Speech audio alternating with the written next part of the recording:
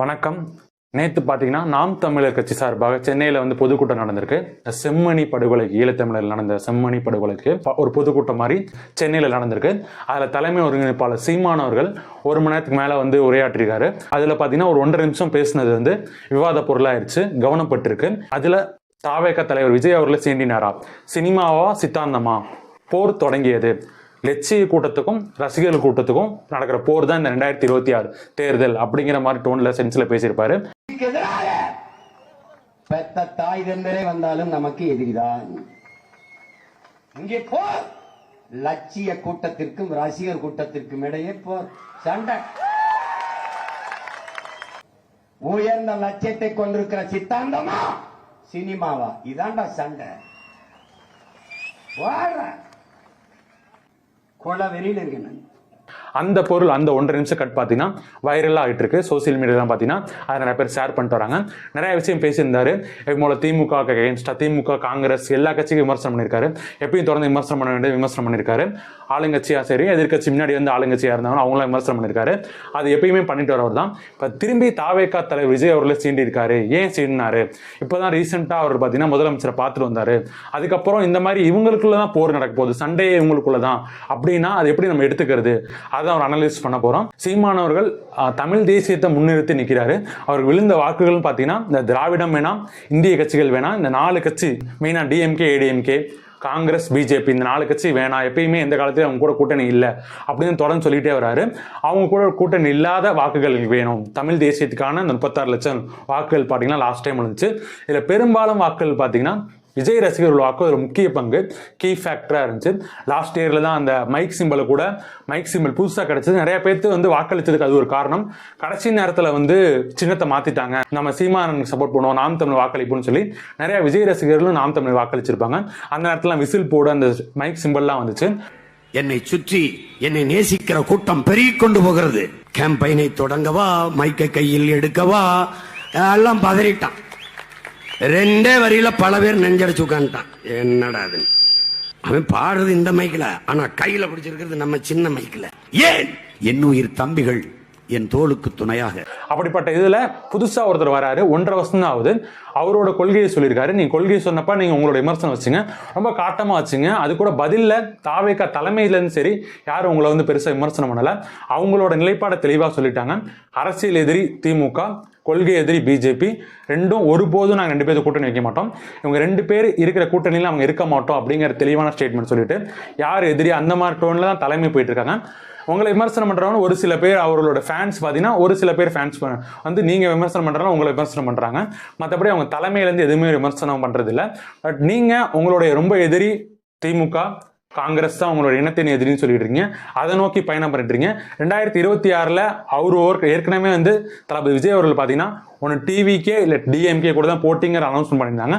நீங்களும் அதே மாதிரி ஸ்டாண்டில் இவங்க கூட யார் கூட கூட்டணி வைக்காட்டி கூட அதே ஸ்டாண்டில் ஒன்று நாம் தமிழர் இல்லை திமுக அந்த மாதிரி ஒரு டோனில் வச்சிருக்கலாம். தமிழ் 2 பேருமே திமுக எதிர்க்கிறப்ப நீங்க திமுக எதிர்க்கிற தாவேகாவை எதிர்த்தீங்கன்னா, அது இந்த சமயத்துல எல்லாமே இளைஞர்கள், கிட்டத்தட்ட ஒரு அவ்வளோ அரசியல் பின்புலம் இல்லாத குடும்பத்தில் பிறந்த இளைஞர்கள் பார்த்தீங்கன்னா தாவேகா அரசியலுக்கு வராங்க. அவ்வளோ பேர் மிகப்பெரிய ஒரு ஃபேக்டரோட தாவேகா புதிய கட்சியாக வந்துட்டு இருக்கு. இப்போ தான் 1.5 வருஷம் ஆகுது. அவங்க மாநாட்டிலே விஜய் அவர் சொல்லியிருப்பாங்க, மக்களுக்கு ஒரு இதுனா நாங்கள் அதுக்கு தகுந்தாப்புல மாற்றிக்குவோம் செய்வோம்னு சொல்லி. நீங்களும் பெரியார் அவர்களை ஏற்றுக்கிட்டு முன்னாடி அரசியல் பண்ணியிருக்கீங்க. நாம் தமிழ் கட்சி ஆரம்பிச்சதுக்கு அப்புறமும் கொள்கை வழிகாட்டுன்னு சொல்லி பெரியார் அவர்களுக்கு மாலை அணிவித்திலிருந்து மரியாதை செலுத்திருக்கீங்க.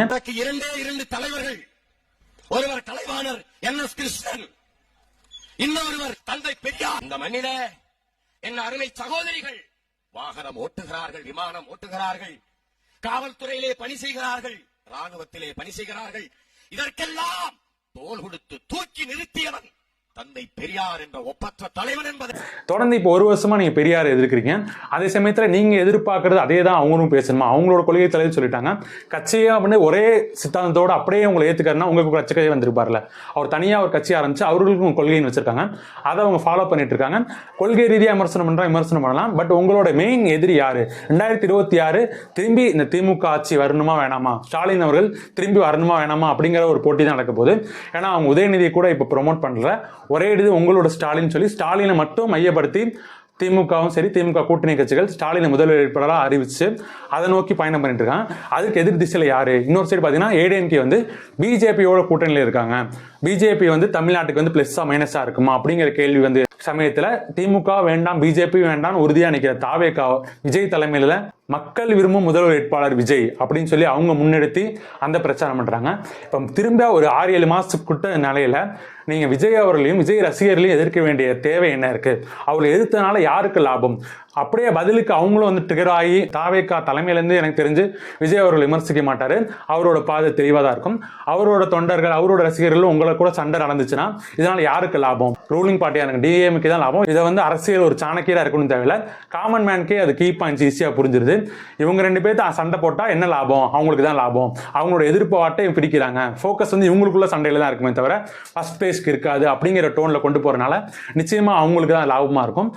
தொடர்ந்து இப்ப அவர் பார்த்துட்டு வந்ததுக்கு அப்புறம் நீங்க கருணாநிதி கலைஞர் அவர்கள் விமர்சனம் பண்றீங்க, அதே நேரத்துல விஜய் அவர்களையும் விமர்சிக்க வேண்டிய தேவை என்ன இருக்கு அப்படிங்கிற ஒரு கேள்வி மக்கள் மனசுல எழுது. நிறைய பேர் வந்து ஒரு சில பேர் வந்து நாம் தமிழர்ல இருந்து ரொம்ப காட்டமா விமர்சனம் பண்றாங்க. விஜய் அவர்களையும் சரி தரைக்குறைவா விமர்சனம் பண்றாங்க. அவன் ஒருமையில பேசினா ஈஸியா வந்து ஒரு பெரிய பொறுப்பாளர்கள் அப்படி பேசுறாங்க. அப்படி பேசுறப்ப வியூஸ் கிடைக்கும், அவங்களுக்குன்னு ஒரு ஃபயர் 4 பேர் ஃபயர் விடுவாங்க. எந்த இடத்துல மக்கள் மனசில் போய் எப்படி போய் ரீச் ஆகும்?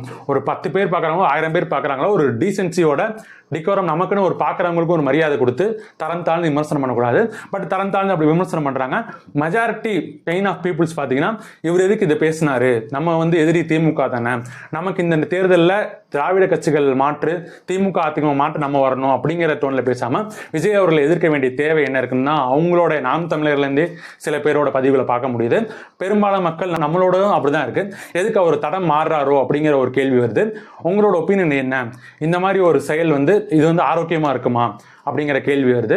முக்கியமா 2026 மீண்டும் சொன்ன மாதிரி திமுக திரும்பி வரணுமா வேணாமா அப்படிங்கிற ஒரு கேள்வியில யார் வரப்போறா, அதுக்கான சரியான ஒரு பவர்ஃபுல்லான லீடர் யாரு? ஒரு வந்து சித்தாந்தத்தை தாண்டி ஒரு மக்கள் சக்தி பெற்ற ஒரு தலைவரால் தான் திமுக அவரை வீழ்த்த முடியும். எம்ஜிஆர் கடந்துச்சு, அடுத்தது பார்த்தீங்கன்னா ஜெயலலிதா அவர்கள் தொடர்ந்து 2 முறை பண்ணாங்க. இப்போ 2026 அந்த தலைவர் யாரா இருக்கும்னு சொல்லி கமெண்ட்ல லீவ் பண்ணுங்க. தேங்க்யூ.